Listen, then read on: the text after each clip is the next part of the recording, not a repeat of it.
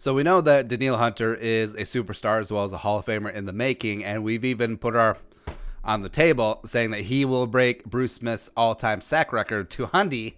So why not kick things off with a nice little Defensive Player of the Year honor? Let's talk about today. I'll also talk about you subscribing, come along for Daily Vikings Takes. That's right. It's Packers week. It's going to be fun-filled. It's going to be lots of stuff.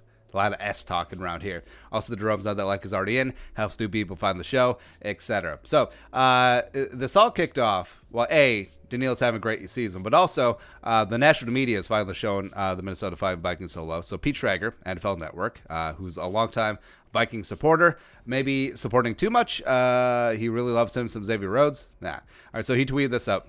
NFL Defensive Player of the Year is as wide open as it's ever been. A name I'm throwing in the conversation, Vikings defensive end Danielle Hunter, was constantly being chipped and doubled, has 67 tackles, 13.5 sacks, 3 forced fumbles, 2 fumble recoveries. Been the best player on a great defensive unit. Now, hyperbole aside, I mean, the Vikings defense is average. It's aight. It hasn't been great.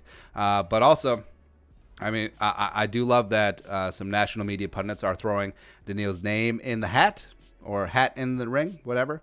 But also there are some great defensive candidates this year. So Aaron Donald of the Rams, Shaq Barrett of Tampa out of nowhere, leading the NFL in sacks. What is going on?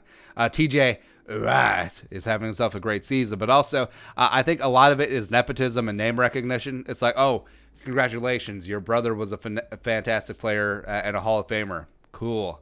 Yeah, you're pretty good too, but you get a bump because of your name. Great. Also, Joey Bosa. Same thing. Also, Nick Bosa. Same thing. Also, Stephon Gilmore. I don't think his brother played, but he's just a great player.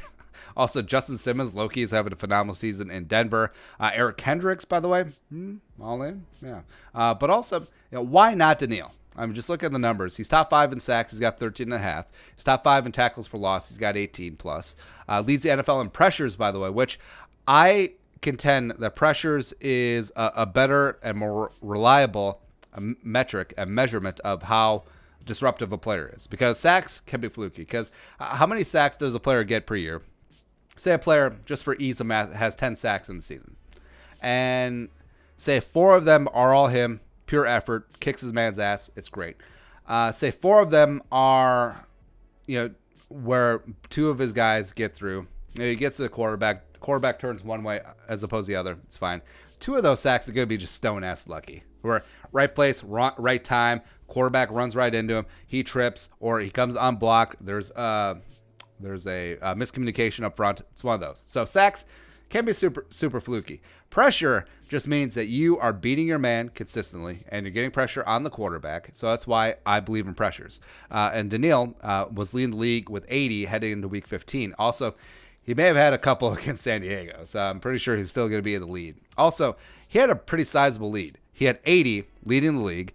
Second place was 73, tied Zadarius Smith, Green Bay. We'll see him Monday night, as well as Cam Jordan of the Saints. So pretty good company there, and Danielle is just boat racing them. And I think he's going to easily end up with the league lead there. By the way, all of this is coming from the left defensive end spot. Yeah, it's the least glamorous spot. It's the least glamorous edge rushing spot, and you're playing on the strong side of the offense, and usually you're going to get run at more often, and as Schrager mentioned, you are getting chipped, you are getting double-teamed, as Danielle is wont to do nowadays, unless you're the Lions and decide to just send out tight end Jesse James after him, which, I mean, Danielle, if he played full-time on the right side, Everson Griffin's spot, he would be leading the league in sacks right now, and pressures from that side. I strongly believe that. So, and when the Vikings or Everson decide to move on, which hopefully isn't going to be anytime soon, because I think Everson has certainly earned himself the right to stay here in Minnesota for a long time. But also, you saw when Everson was out last season, Danielle Hunter moved basically exclusively to the right side. So I think that is going to be the future plan with him. And once that happens, really got to start up that engine of the sack machine as well as the pressure machine. It's going to be gross. But sadly, I think what might be held against them is the fact that the Vikings defense hasn't been that good this year. I mean, maybe it's just because we're spoiled. Maybe we have a defensive privilege up in this B. But this year's defense, it's average. It is okay. The third down has not been great. The interior pass rush has not been there. The cornerbacks have been horrible. But also, just imagine how bad this pass rush would be without Danielle. Really would. But I think not having a top-tier unit will be held against him. But also, he could turn this around because he has a huge opportunity on Monday night against the Packers. National TV could make some big noise. Also, he gets to go against Brian Balaga, who Danielle has always made him call him daddy. Yeah, it's going to be great. So a nice little 6-7 tackle, 3 sack, 2 forced fumble, and maybe like a strip sack, scoop, and score. One time for the kid. Line on Monday night against Aaron Rodgers and the overrated Packers. Maybe that could do some things for him. Seal it up. Anyways, your thoughts. Danielle Hunter, Defensive Player of the Year. Let us know in the comment section below. Also, subscribe Daily Vikings Takes. You want to support the work, below some of the Venmo. Plus, give us a follow on social media as well. But until next time, Skull, production value.